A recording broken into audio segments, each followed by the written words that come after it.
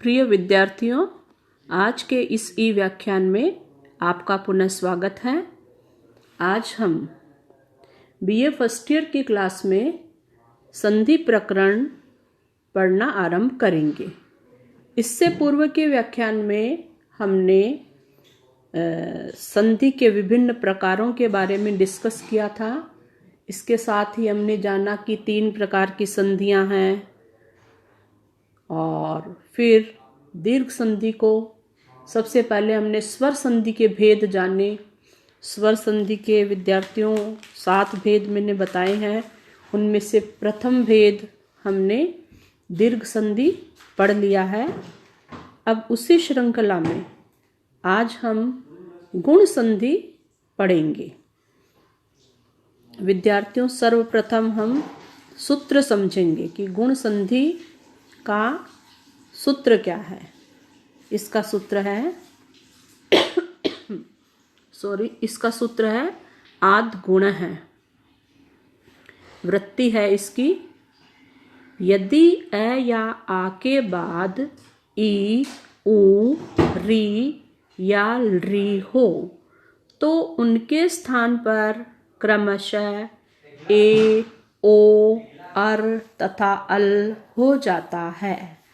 ये इसकी वृत्ति है, यानी कि परिभाषा है। अंग्रेजी में हम इसे डेफिनेशन भी बोल सकते हैं। इसे आप एक बार फिर से सुनिए। यदि ए या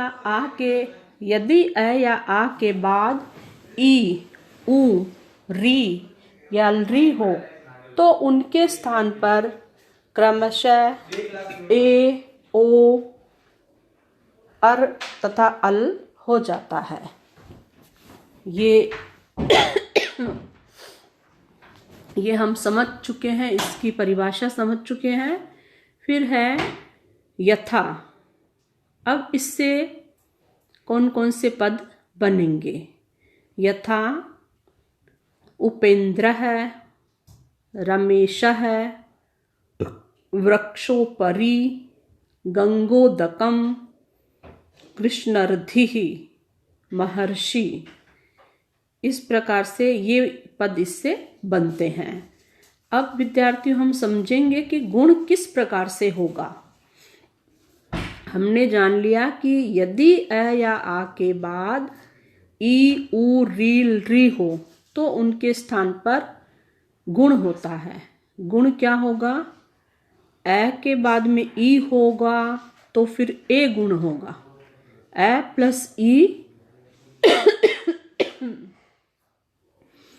प्लस ई बराबर ए गुण।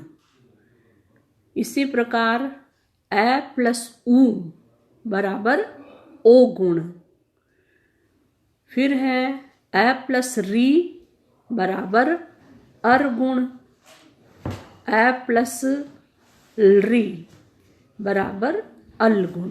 इस प्रकार होगा। गुण ही एकादेश, लेकिन अलग अलग होगा। अब हम इनका संधि विच्छेद समझ लेते हैं। उपेंद्र है, जैसे पहला पद है उपेंद्र है। उपेंद्र का संधि विग्रह करेंगे उप प्लस इंद्र है। उप प्लस इंद्र है बराबर उपेंद्र है। उप पद में प में क्या आया है? प में अ है और उसके पश्चात इंद्र का ई आया है। अतः यहाँ आत गुण है सूत्र से अ प्लस ई का ए गुण होकर उपेंद्र रूप सिद्ध होता है। इसके बाद में है जैसे रमेश है, रमा प्लस ईश है। रमा के माँ में क्या है? आ, और ईश का ई। आ और ई का भी ए गुण ही होगा। तो यहाँ पर भी वही सूत्र लगाएंगे। आत गुण सूत्र से आ और ई के स्थान पर ए गुण हुआ और हमेशा रूप सिद्ध हुआ। फिर है वृक्षोपरि। वृक्षोपरि का संधि विच्छेद करेंगे, वृक्ष प्लस उपरि ही। वृक्ष के क्ष में क्या है, ए है। उपरि का उ आया है, तो यहाँ आद गुण सूत्र से ए प्लस उ का ओ गुण हुआ और वृक्षोपरि रूप सिद्ध हो गया। इसी प्रकार गंगोदकम को समझेंगे। गंगा प्लस उदकम। गंगा पद में क्या है विद्यार्थियों, गंगा के पद के अंतिम वर्ण में कौन सा आपको स्वर दिखाई दे रहा है, आ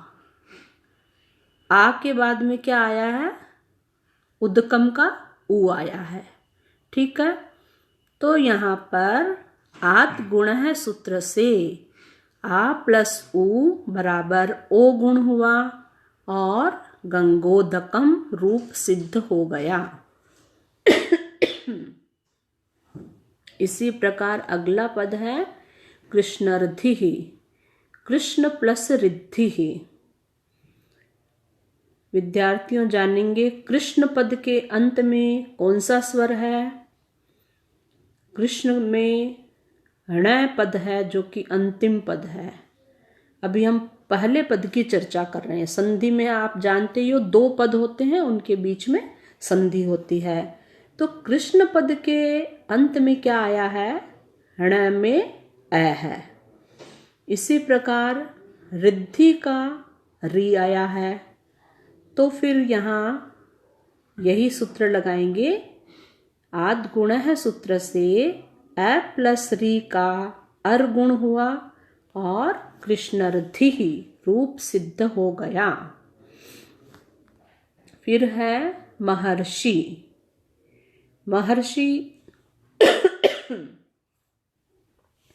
महर्षि पद का संधि विच्छेद करेंगे, महा प्लस ऋषि।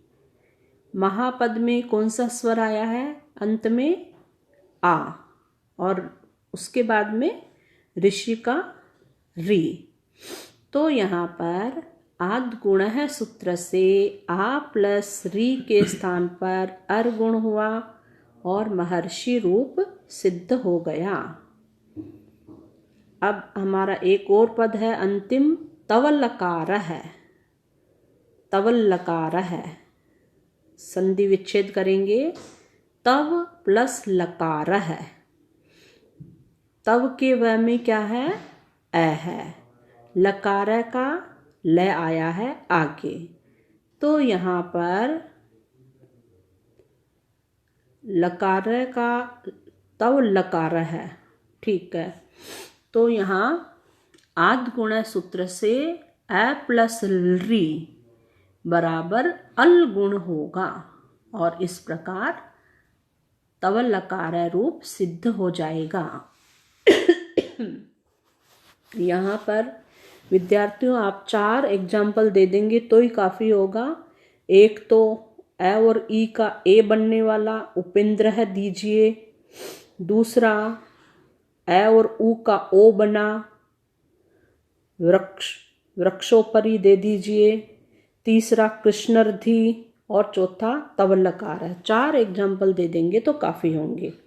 इसी प्रकार हमने नीचे कुछ अभ्यास के लिए पद दिए हैं आपके स्वयं की जानकारी के लिए, रिवीजन के लिए, ताकि आपको बोध हो सके कि गुण संधि में किस प्रकार हमें पदों को विच्छेद करना है। जैसे पहला पद है सुरेश है, संधि विच्छेद करेंगे, सुर प्लस ईश है। फिर है गणेश है, गण प्लस ईश है। महेश है, महा प्लस ईश है। गंगेश्वर है, गंगा प्लस ईश्वर है। फिर आगे हमने परिवर्तन दे दिया है कि यहाँ पर कौन कौन से 2 स्वर मिलकर के कैसे गुण हुआ है। ए और ई मिलकर के ए गुण हो गया है ना। इस प्रकार से ये नीचे का जो है अभ्यास कीजिए, वो सिर्फ आपके अभ्यास के लिए है। बाकी हम गुण संधि को इस व्याख्यान में विस्तार पूर्वक पढ़ चुके हैं। विद्यार्थियों, प्रत्येक संधि को पढ़ने के साथ साथ आपको उस सूत्र को कंठस्थ करना होगा, तभी हम आगे बढ़ पाएंगे। धन्यवाद।